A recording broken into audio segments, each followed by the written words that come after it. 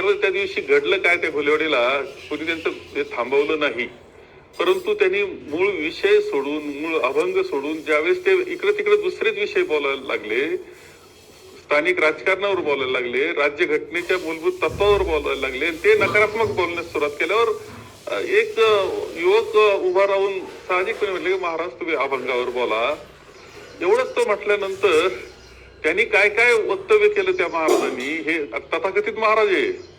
खरे वारकरी संप्रदायाच्या महाराजांची जी परंपरा आहे त्यामध्ये काही घुसले जातात नवीन राजकारण करण्यासाठी, त्यातला तो प्रकार आहे.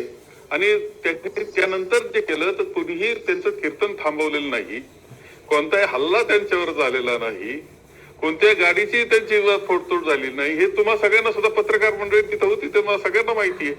परंतु खोट्या नाट्या केसेस करणं हे सगळे उद्योग सुरू झालेले आहेत. आणि हे माझं मत असं आहे की हे इथले लोकप्रतिनिधी असतील नाही ते हे महाराज असतील, हे खरे म्हणजे कोणाच तरी हाताचं खेळणं बनलेलं आहे की या तालुक्यात अस्वस्थता निर्माण करण्याकरता म्हणून. आणि हे महाराष्ट्रात असेच वक्तव्य करत फिरत असतात, ही वस्तुस्थिती आहे.